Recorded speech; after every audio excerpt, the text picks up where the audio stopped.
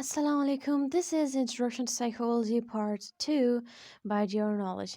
Okay, so we have started the chapter 2, which is all about emotions, and we have covered lots of topic in the chapter of emotion. So if you have missed any of the previous lecture, any of the previous topic, all the links are given in the description section, as well as you can visit the playlist section.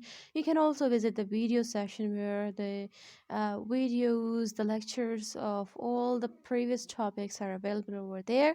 So if you have missed any of the previous topic, or you want to watch a free lecture on any of the previous lectures or previous topics, all the lectures are available in the form of video in the video section, and there's also a separate playlist on emotions. You can visit the playlist section to watch the all the topics compiled in one playlist for your ease. So in this video we will start with a series of theories of emotions, and we have already covered some of them. And after discussing all these theories of emotions, I want your opinion about the emotion. What do you think? Which theory of emotion matches with your theory of emotion, or matches with your emotion? With which theory of emotion you agree the most? And you can also give your viewpoint, your criticism points, share your criticism points in the description section as well.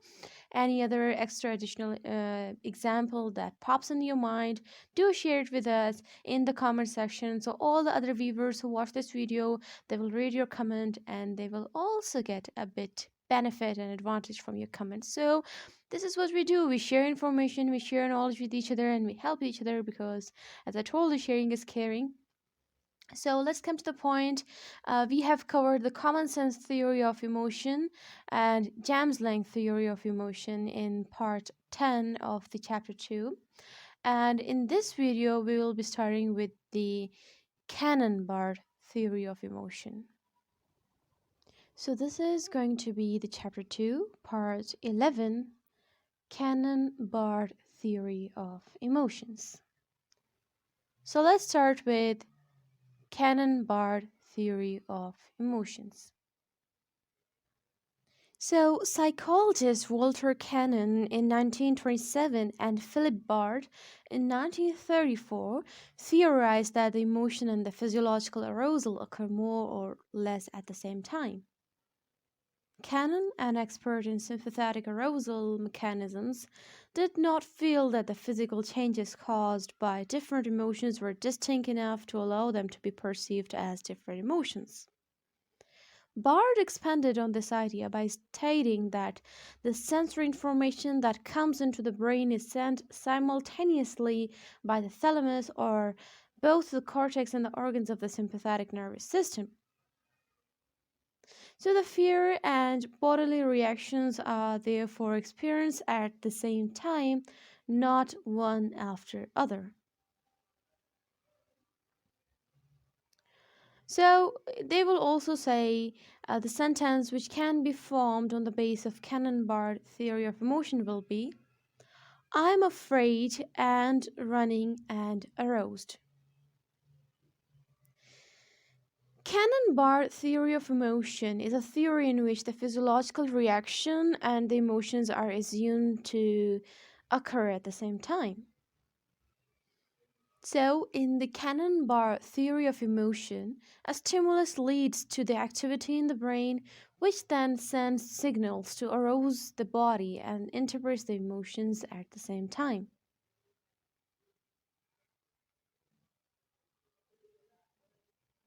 Let's talk about the criticism.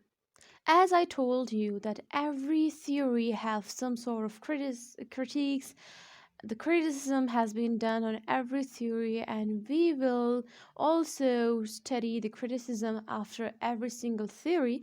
So just like the James and Lang theory of emotion had some criticism, some critics who put forward their criticism on the James Lang theory, same is the case with the canon-bard theory of emotion. It also had its critics. So this theory, known as the canon-bard theory of emotion, also had its critics. So Lashley in 1938 stated that the thalamus would have to be pretty sophisticated to make sense of all the possible human emotions and relay them to the proper areas of the cortex and the body. It would seem that other areas of the brain must be involved in the processing emotion can be experienced without feedback from the sympathetic organs to the cortex and cited as a criticism of James-Lange theory seem at first to support the canon-bard version of emotions. People do not need feedback from those organs to experience emotions. However, there is an alternative pathway that carries information from these organs to the cortex. This is the vagus nerve, one of the cranial nerves. So this makes the case for the canon-bard a less inconvenience. So we have covered the common sense theory of emotion, James-Lange theory of emotion, and in this video we have successfully covered the canon-bard theory of emotions along with its criticism. In the upcoming video, in the next video, you will get a lecture on Scatter's cognitive arousal theory of emotions. So this was all about today's video. If your concept is clear, you can like the video.